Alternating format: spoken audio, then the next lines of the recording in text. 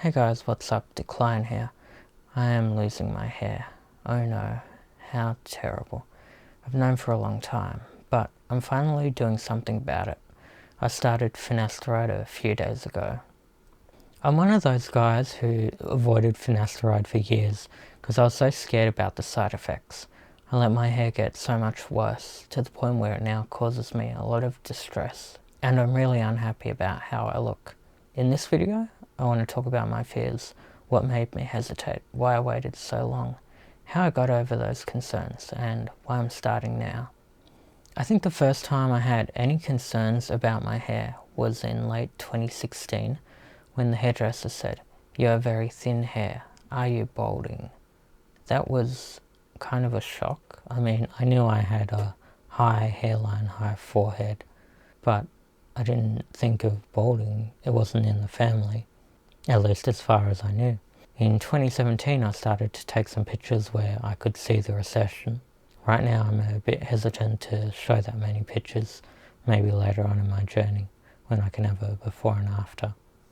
If you look at my earliest videos, I think even though I had started to recede, I was still able to cover it up back then with a fringe. From my first video in early 2018 to the "It's Too Late" video in late 2019, I think I looked alright. I might have been a Norwood 2 at that point. Norwood, if you don't know, is a measure of baldness, different categories. You can Google Norwood chart. I kept going with the fringe, but as time went on, it became harder and harder to make it work, and not just because I let it get longer. I started to realize I was not getting coverage on the recessed corners, as you can see now, so I stopped bothering anymore, although then that exposed my high hairline instead when I was doing the center part, and my hair started to look incredibly flat and thin unless I blow dried it. My hairline continued to recede. At this point it's at least a Norwood 3, someone even said a 4. So now I have all these comments saying I'm balding and people obsessively insisting I shave it, which I am absolutely not going to do. So that's where I'm at right now. So why didn't I do anything? I was worried about the side effects, the sexual side effects, low libido and ED. The internet is full of people talking about these side effects.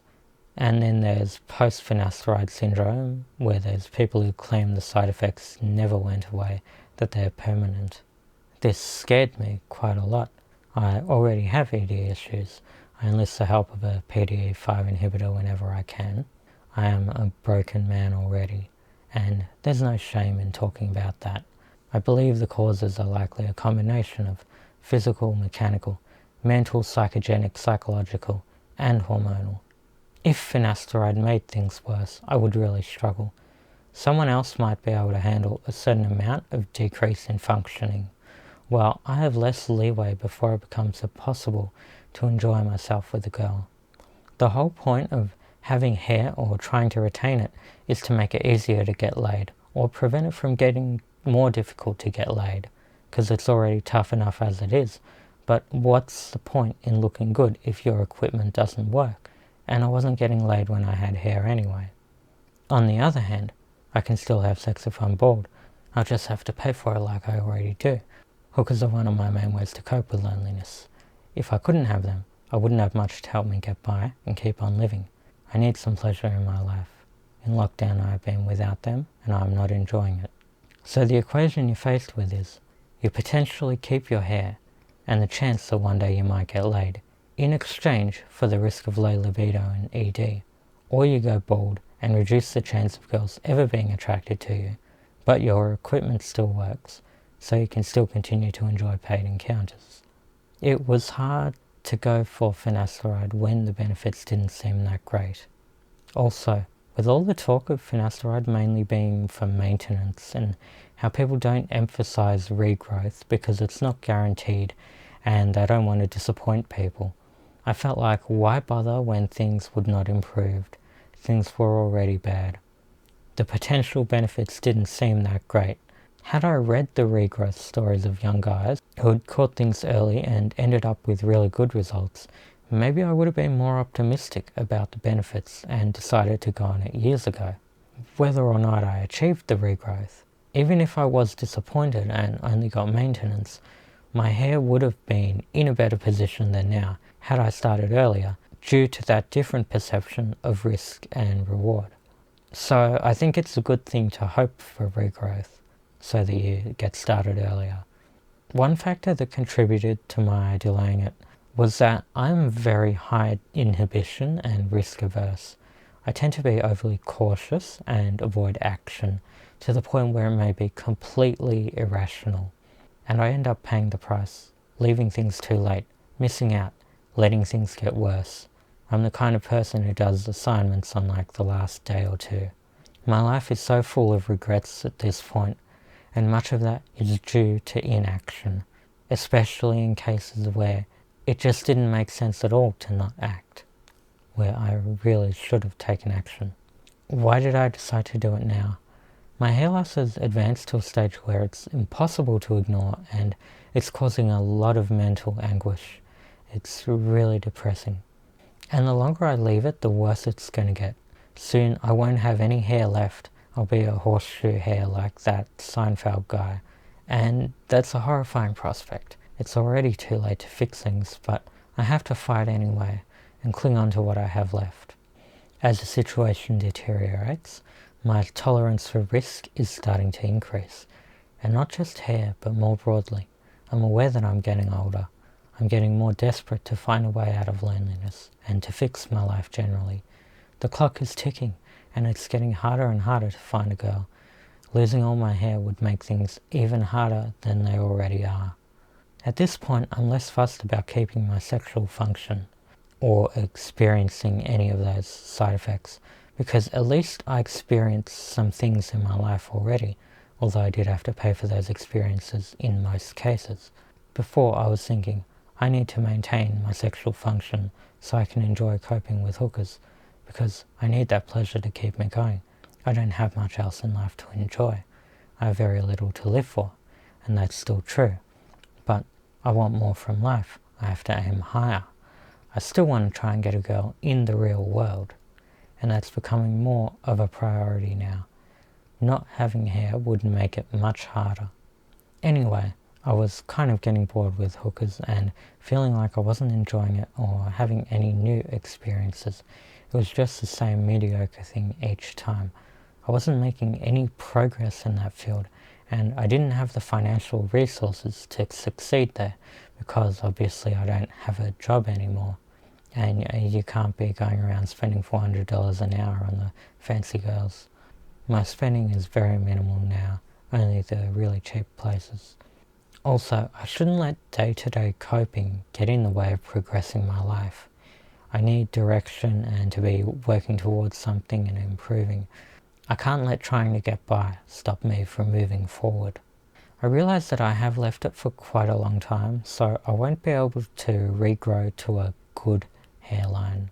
And that is really a sad realization. So the question is, why am I bothering? Isn't it a bit pointless? Like somebody in Discord said, he'll never have a good hairline. He was trying to convince me to shave it. Of course, it was a guy who has a full head of hair. I think some hair is better than none. I've seen examples of heavily Norwooded guys on YouTube that seem to look presentable after finasteride because they did get some regrowth and some increase in thickness. And I won't just shave it, bro. I don't want to look like an alien or a soulless killer or a comedic villain. I'm not looking to be Megamind or Roger the Alien or Dr. Evil, and I'm never going to be Hitman Agent 47 or Bruce Willis or Mussolini, and even obviously balding guys like the Prime Minister of Australia, Scott Morrison, and Trevor from GTA 5 seem like they're more human and relatable with hair than they would be without. So I think it's still worth trying to keep what I have and keeping hair, even if it's not perfect, even if I am receding. Like a lot of things, it's over. It's too late. I screwed it up beyond repair. But all you can do is do what you can and keep going. I'll take my cuck pills and try not to think about it too much. Although obviously I'll have to think about it for the videos and to keep on my schedule, but But yeah, what am I expecting? I know people say it's about maintaining, so I guess the base level I'd expect would be to keep the hair I have for a few years. If my hair loss continued, which is possible, I would be disappointed. There is some chance of regrowth, and although I can't expect much from my receding hairline, people do tend to get good results for thinning, and I do have thinning to some extent. When I look at close-up pictures, I see some tiny little hairs around my hairline. Maybe there's a chance they'll come back. That's my desperate hope. Regrowth chances are something like 37% for recession, and a bit higher for diffuse thinning, somewhere like 60%. What next? For the next year or two, I'll see how it goes. Although, if I get side effects, I might have to discontinue. So, if in a week or month things are bad, yeah, I might drop it. I don't think I'll go for minoxidil, because I've heard it's bad for your skin, reduces collagen, causes dark circles and wrinkles, and ages your face. And you have to stay on it forever, risking losing all your gains if you go off it. At this point in time, I'm not sure I'd want to go and get a transplant. For all the money and pain, there are still a lot of downsides, and often it doesn't even look natural. And you also affect your donor area at the back of your head, reducing the hair there and making it look all weird.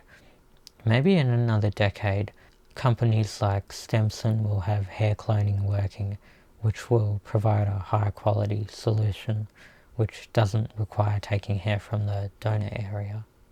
There are some new topical treatments coming, like Kintor's KX826 and GT20029, that might be out in a few years, that maybe I could use in conjunction with continuing finasteride for a more complete inhibition of DHT. I might consider going on dutasteride in the future, depending on how things go with finasteride.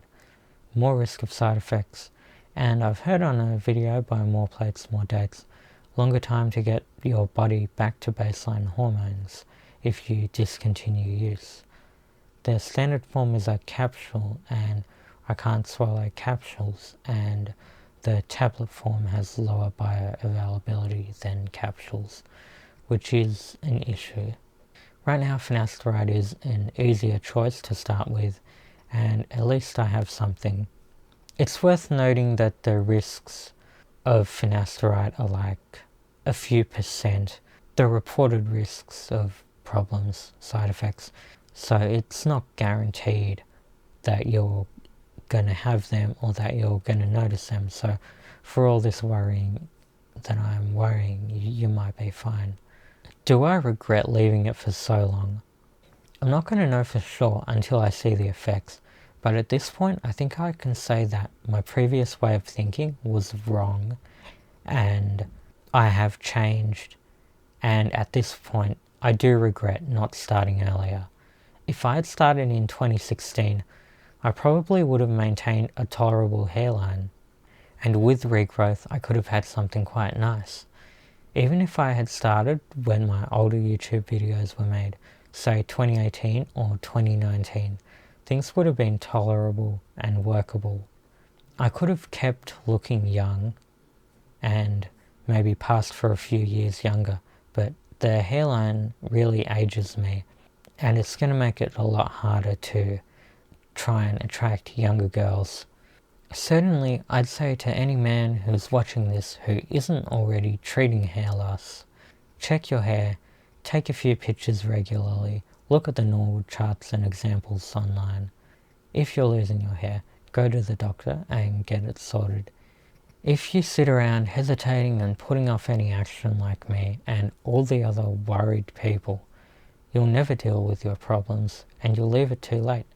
Just like now, how I have permanent acne scarring and some very stubborn nodular acne because I never thought my acne was serious enough to go to the doctor years ago.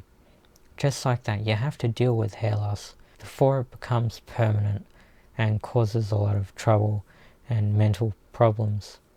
As guys, we put off dealing with things and avoid going to the doctor. I know I'm not the only one. And sure, it's okay to be careful and assess the risk and reward. Be rational, absolutely.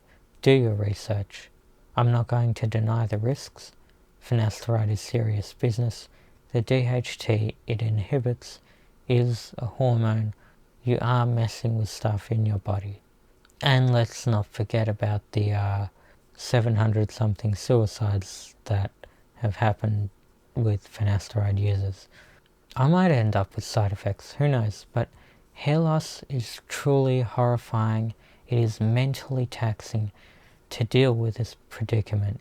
It is absolutely terrible, and it can be prevented, delayed, or even reversed, especially if you start early. I think a lot of the more extreme advocates don't really speak to someone like me, like guys like Hair Cafe who says post-finasteride syndrome is a conspiracy. Like I'm not going to try and deny or invalidate any risks or any side effects or anything like that. So I think maybe a moderate approach is less likely to turn people off, and hopefully maybe you guys will join me on this journey of keeping your hair.